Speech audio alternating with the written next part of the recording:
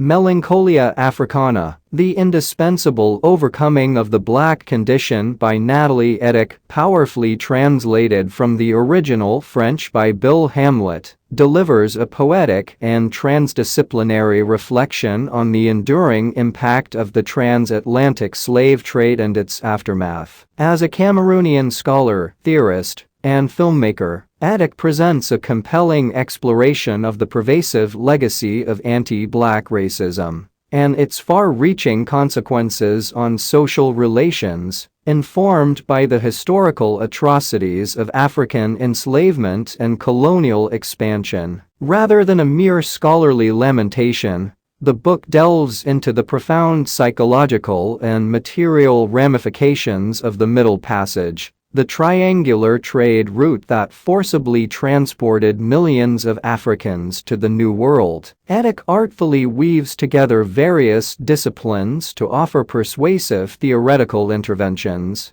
aimed at confronting and disrupting the pervasive pathogen of anti-Blackness on a global scale. The text is structured through a series of concise chapters, each focusing on different but complementary questions and analyses, enriched by references to various artists and thinkers. One underlying theme is liminality, an ever-present but unspoken entity in Edick's thesis. This liminality refers to the imposed fragility on the subjectivity of Africans both on the continent and in the diaspora, stemming from the historical dehumanization that justified their commodification as instruments of capitalist accumulation. This haunting transformation from substantiated African subjects to commodified Black objects continues to impact contemporary Blackness and deeply concerns Edick, who seeks to address this trauma and foster new forms of social relations through rigorous theoretical interventions. Throughout the book, Edick subtly alludes to tensions in the interstitial spaces between life and death, memory and forgetting, innocence and culpability, and belonging and exile. The text proposes reparative strategies to heal these profound paradoxes, while recognizing the dialectical nature of healing as an ongoing and generative process. In Melancholia Africana, Nathalie Edick challenges us to reconsider the framework of alterity and social hierarchy that emerged from the aftermath of the African slave trade. She skillfully reimagines Freud's concept of melancholia to encompass not just sorrow and psychic dislocation, but also the transformative potential and a commitment to honoring mourning without succumbing to defeatism. This poetics of loss, mourning, and survival is constructed amidst the ruins of hope grappling with adversity. Edick's narrative is a brave and thought-provoking reclamation of African subjectivity, urging us to engage in the hopeful project of forging new intersubjective formations based on a profound reckoning and radical reconstitution of the self and the other. Her powerful tools include music, primarily African American traditions from spirituals and blues to jazz, literature from the continent and the diaspora, and philosophical insights from various regions. Throughout her exploration, Edick remains conscious of the continuum from ancestors, the past to herself, the present, and the descendants, the future, emphasizing the importance of acknowledging the role of ancestors in affirming the legitimacy of future generations. By honoring the past and embracing the diversity and richness of Africa's history, Edick challenges the Eurocentric effort to ossify Africa in a stagnant past, hindering its potential for a vital future. Her text is a polyphonic fusion of pain and possibility, loss and resistance, objection and renewal. While each chapter delves into distinct topics, they are connected through a vibrant and dialogical discourse that draws on the ideas of critical theorists, philosophers, musicians, poets, and novelists. Edick's table is generously set for a multitude of thinkers and creators, including Frantz Fanon, Louis Gordon, Sigmund Freud, Michel Foucault, Hannah Arendt, Aimé Césaire, Cornel West, Judith Butler, Cheikh Anta Diop, Walter Benjamin, W.E.B. Du Bois, Martin Luther King, Paget Henry, Fabian Abusi Balaga, Mahmoud Mamdani, and others. She weaves in the literary contributions of George Lamming,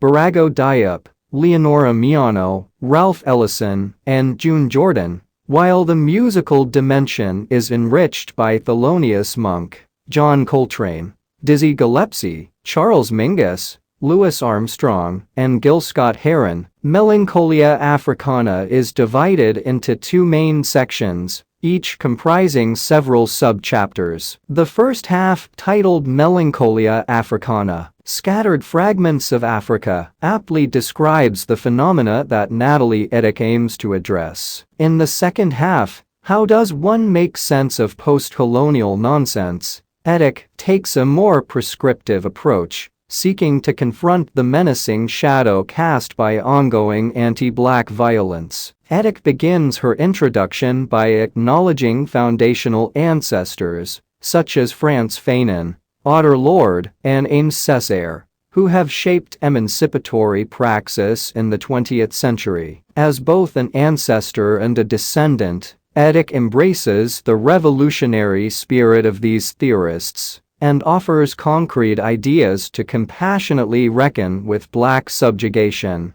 while empowering black agency to disrupt and dismantle the enduring violence of racist alienation and erasure. Having lived and been educated in Cameroon, France, and the US, Edick possesses unique insight into the complex manifestations of anti-blackness in colonized, colonial, and imperial spaces. Her interventions seek to demolish centuries-old noxious and normative assumptions that perpetuate the status quo. Edick reimagines melancholia as a potent motivation to confront the past and radically shape the future. She presents two major contributions to realize the elusive promise of freedom. First, freedom predicated on horizontal intersubjectivity, historical honesty, and an end to post-colonial nonsense. Edick's contributions are both complementary and distinct, breathing life and possibility into the liminal spaces that often hinder the realization of freedom dreams. Her first contribution is the concept of forgiving, which should not be confused with forgiving. It calls for a transformative relationality free from the contaminating influence of arbitrary social hierarchies like white supremacy. Forgiving entails a radical act of recognizing others in new and healthier ways, allowing for a reinvention of the self and a merging of individual and collective identities. It envisions transforming both victims and perpetrators, blurring the boundaries between them in a messy but transformative Venn diagram of shared humanity. Edick describes forgiving as a free act by which everyone gets rid of the inner weight that centuries of dysfunctional relationships created. While Edick's explanation of forgiving is compelling, readers may benefit from further elaboration and tangible examples to grasp the full scope of this generous and generative undertaking. Melancholia Africana unfolds its second overarching theoretical contribution, which builds upon Edick's expansive conception of melancholia and transforms it into an actionable force, guided by will and intentionality. In the liminal space between surrender and resistance, she fosters the reinvention of the self and, consequently, the other. This transformative process is animated by the immense potency of black music, particularly the improvisational brilliance and collaborative spirit of jazz. Jazz, with its capacity to embody both lamentations and jubilations within the same piece, serves as a motivating force, urging individuals to assert their subjectivity, their humanity, and their right to rights. Edick passionately asserts that Melancholia Africana represents diasporic consciousness and endeavor towards existential fullness that integrates pain as a catalyst for freedom. rather than succumbing to victimization. Drawing inspiration from jazz and diasporic consciousness, Eddick embraces the coexistence of sorrow and joy, playfulness and severity, which are central not only to the musical genre, but also to the goals of diasporic consciousness. She challenges the notion of universal humanism, as it has been tainted by Eurocentric discourses that perpetuate exclusion and marginalization. Instead, she envisions a past that transcends the limited and shackled memories of enslavement, one that is expansive, inclusive, and generative. Melancholia Africana stands as a powerful first-person declaration of intent and an invitation to forge new and transformative modes of relationality. It demands deep engagement and rigorous thinking from readers, urging us to confront our own actions and dismantle impotent individual and collective structures in favor of an ongoing praxis that reconstitutes toxic and violating social relations. Eddick's dual theoretical nexus seeks to ignite the engine of creating fresh intersubjectivities. At stake is nothing less than survival itself, calling for a radical embrace of our history and a global commitment to unprecedented solidarity. It is a recognition that the past shapes the present and must be harnessed to construct a future founded on resilience and solidarity, both despite and because of the challenging historical legacy.